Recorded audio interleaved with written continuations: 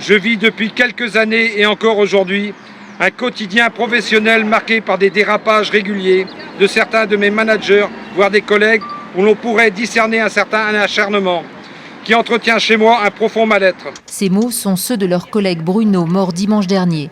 Avant de se suicider, ce cadre de la plateforme Courrier de Tréguin en arrêt maladie avait adressé au syndicat un ensemble de documents.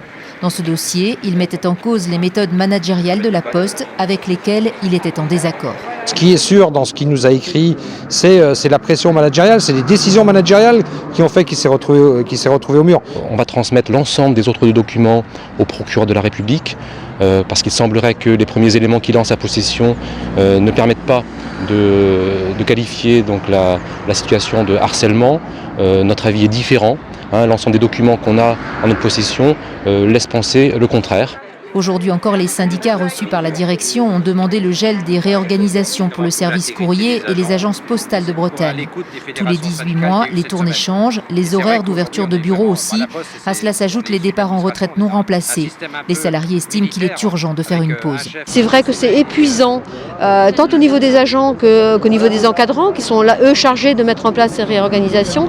Ils n'ont pas le temps de se poser, d'organiser leur travail, de voir qu'est-ce qui fonctionne, qu'est-ce qui ne fonctionne pas, parce que 18 mois c'est très court. Pour eux, l'important c'est quand même qu'on produise, il faut qu'on soit opérationnel dans les challenges qu'on a au quotidien.